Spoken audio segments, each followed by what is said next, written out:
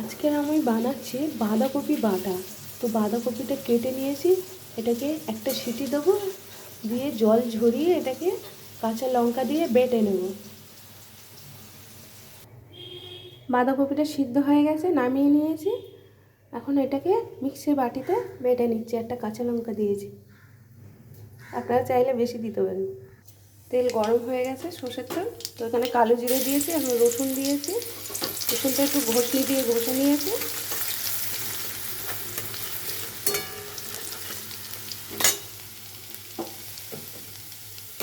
এখানে আমি বাঁধাকপি বাটাটা দিয়ে দিচ্ছি।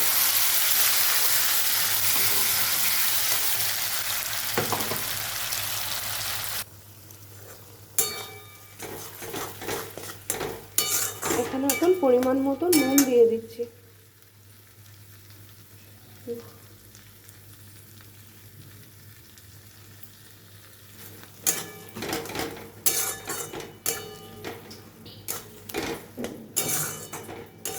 এখন এটা খুব ভালো মতন নাড়তে থাকবো। তারপরে এটা হয়ে গেলে বোঝাই যাবে, তেল ছেড়ে দেবে, তারপরে এটা নামিয়ে নেব। এখানে একটু চিনি দিয়ে দিচ্ছি।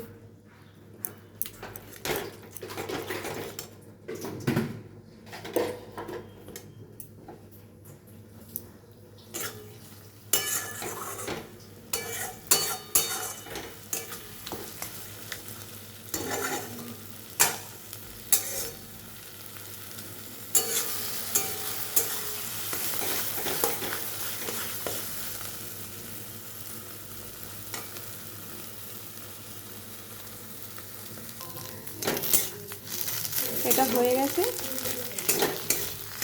দেখুন এরকম হবে। এটা খুবই কম তেলে বানিয়েছে, আপনারা চাইলে একটু তেল দিতে পারেন। তো হয়ে গেছে, এটা নামিয়ে নিচ্ছি।